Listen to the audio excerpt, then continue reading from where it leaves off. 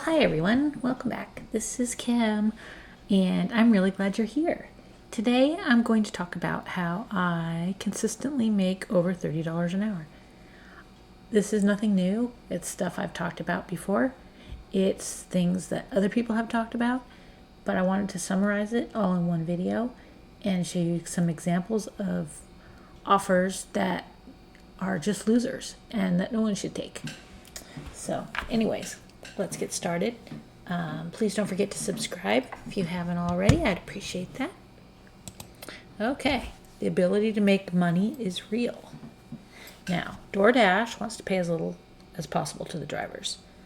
Customers want to pay as little as possible for their food and the delivery process. However, drivers need to learn to play the system in order to make enough money.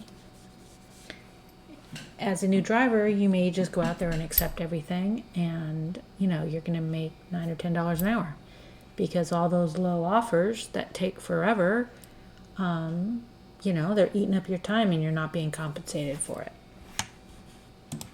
So this is why I think you should decline the low offers.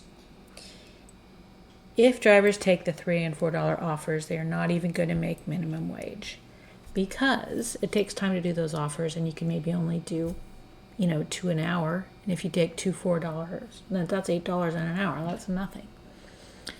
DoorDash charges a lot of fees to the customer and only passes on a small amount plus the tips to the drivers. Customers probably don't realize that their tip is so important to us. I decline all of the low tip and no tip DoorDash offers. This is my own criteria, and I just want to share it with you. I have said this in my other videos, but my personal low limit is now $9. Gas has gone up quite a bit, and it's expensive. And it must be at least $2 a mile. I don't take any offers that take me into a completely different area unless the money is right. Now, I have taken some that were, $30 to go, into the next city. But I figure that compensates me for the time I have to drive back into my area to start dashing again. I don't go to apartments unless I know the actual apartment will be easy to find and that there is readily available parking. Because otherwise you're walking around for a long time trying to find the apartment. Sometimes you have to park in an area that's far from the apartment. Time is money, and apartments take a lot of time. I also don't go to restaurants that I know are going to make me wait 20 minutes for the food. Like I said, time is money. If I'm sitting there for 20 minutes waiting for food, then I am missing out on other deliveries. I don't take any doubles or stacked offers that don't have the customers living very close together. I have stopped taking them if it takes you more than a mile out of the way, because the customers both are suffering. One is waiting longer for their food. Well, they both are, really, because you're going to two places to pick up sometimes and two places to drop off. It's not worth it to me. I do not take any shopping offers. I don't take any grocery deliveries. And even with this criteria, I get plenty of good offers. Really, I'm not kidding. Now, I know every market is different. I live in an area where there are a lot of restaurants and a lot of nice restaurants. And people, the majority of people tip well. So I'm lucky. I know that's not the case everywhere. I live in Southern California, and it is what it is.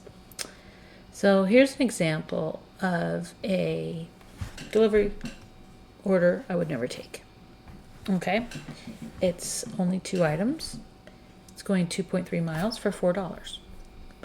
Okay, you might think this would be a quick delivery, and maybe it would be, but maybe not. You need to drive from wherever you are.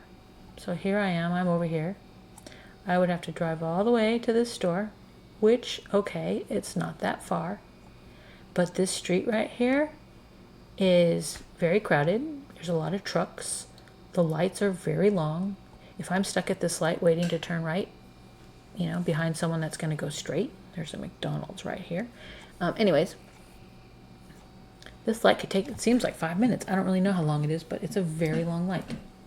So to go from here to this restaurant is very, very close. I would say maybe a mile. But it could take 10 minutes to get over there. And then this shopping center also is crazy busy.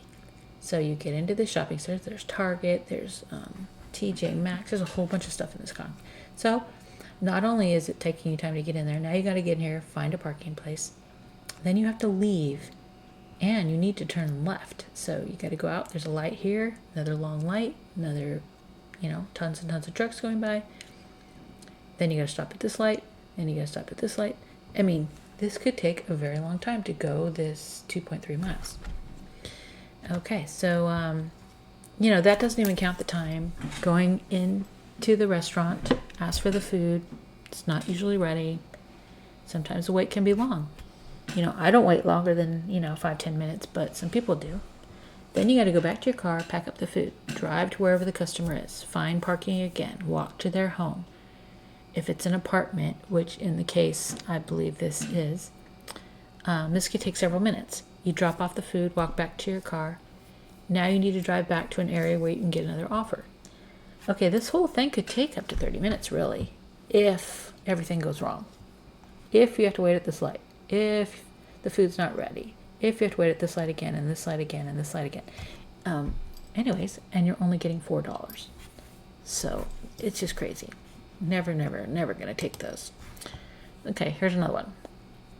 Okay, this particular drive doesn't look that far. 3.8 miles. I was already at this location. But this is inside of a mall, so and this restaurant can sometimes be very slow. Parking can be an issue. Like this drive doesn't look that bad, but there's a lot of lights. If they're all red, it's going to take you forever. Plus, this delivery is at the college. When I zoomed in, it was actually going to a building on campus. So that's not going to be an easy drop off. And it's $4.75 for one item.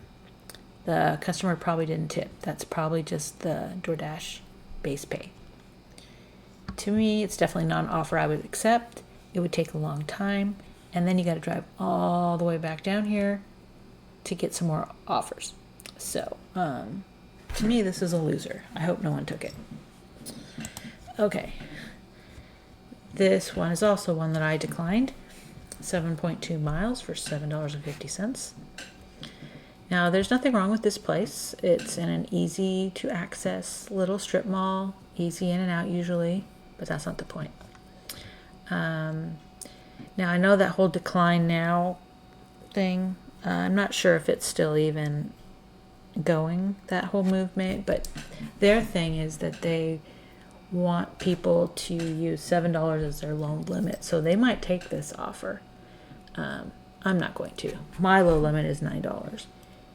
This is a tad over $1 a mile. My low limit is $2 a mile.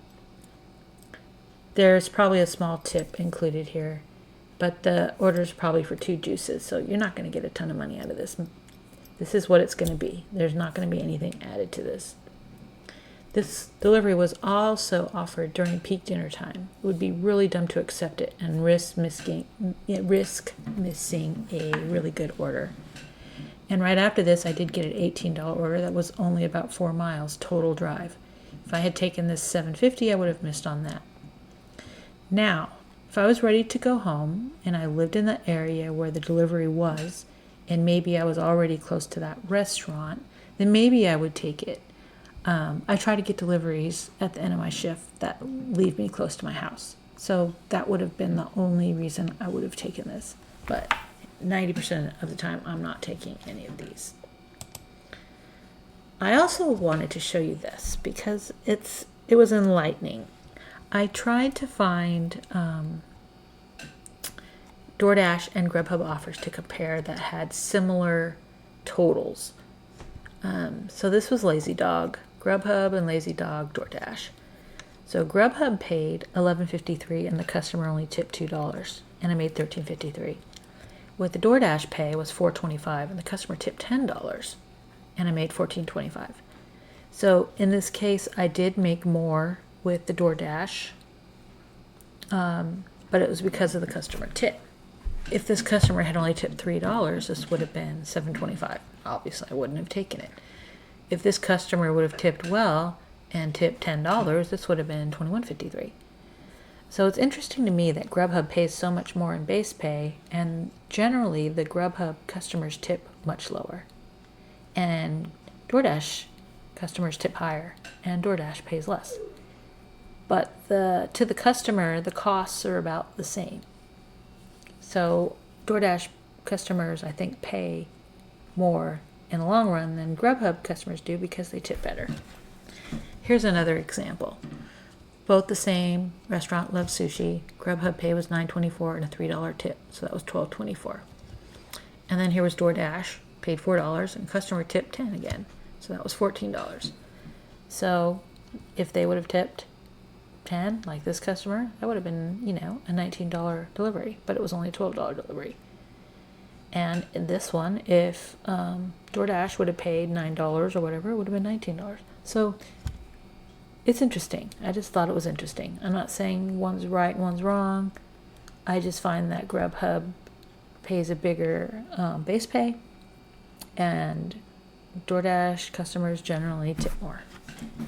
Well, the ones I take, there are a lot that the customers don't tip at all, and I don't take those offers, but I'm talking about the ones that I actually accept. So anyways, use common sense. Your time is worth money. You need to cover gas, car maintenance, expenses. Don't worry about declining. It's your right as an independent contractor to choose when, where, and how often you work. You are in control. Learn the app. Learn your delivery area, restaurants, and the delivery area. So it's not important just to know which restaurants are the best. You also want to know which neighborhoods are easier to deliver to, which ones are really dark at night and it's hard to see the addresses, which apartments are crazy with parking and it's impossible to park, which ones have really long dark hallways, and you have to think about all these things. Which offers are going from a restaurant that's acceptable to a delivery location that's acceptable for an amount that's acceptable. You can make lots of money, but you need to take offers that are worth your money, worth your time. Declining offers will not get you in trouble, so don't take the low ones. You don't have to. Only accept offers that you intend to complete. This is important. Incomplete deliveries will hurt your rating and could cause you to be deactivated. So don't just grab everything and decide, I don't really want to do this, and unassign yourself. Only unassign if it's really necessary. If the restaurant's taking forever, or I had one recently where the customer wouldn't respond and the restaurant was out of 2 of the 4 things that they were ordering. And I was just waiting, and I finally just unassigned because, it was wasting my day. I was sitting there for so long and the guy wouldn't respond and I didn't know what to do. And so I unassigned that one. But I'm just saying, I try to complete every one that I accept. Also, set a lower level for the dollar and dollars per mile limit that you will accept and stick to it. Like mine is $9 now, so I won't take anything under $9, and I won't take anything under $2 a mile. And set a boundary of how far you will go and stick to it. Okay, I basically will not go out of the city limits, basically, unless the money is really, really good. I try not to go more than 5 or 6 miles because then I have to drive back. Unless I don't mind going to that new location and I'm going to be delivering there, then that's another story. But pick a zone that you want to work in and stick to it.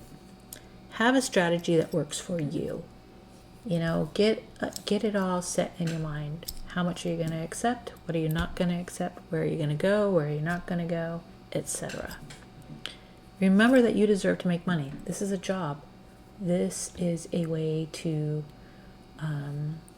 support yourself, really. A lot of people, to me, this is a side hustle. I have a full-time job, but I am using this to, do some repairs around the house and to, just save up some money and pay some bills, etc. But, a lot of people rely on this to live on. So you really need to take it seriously and know your worth and only take the offers that are worthwhile to you. Now, I know every market's different, and I know everyone's going to say, well, we don't get, $18, $20 offers where I live. Okay, great. Yeah, but you know what the higher ones are. Don't take the $3 ones. Those are not going to, in the long run, you're not going to make any money that way. Okay. Anyways, that's all I have to say. I hope you learned something from this, and I hope it helps you make more money. And I'll see you next time.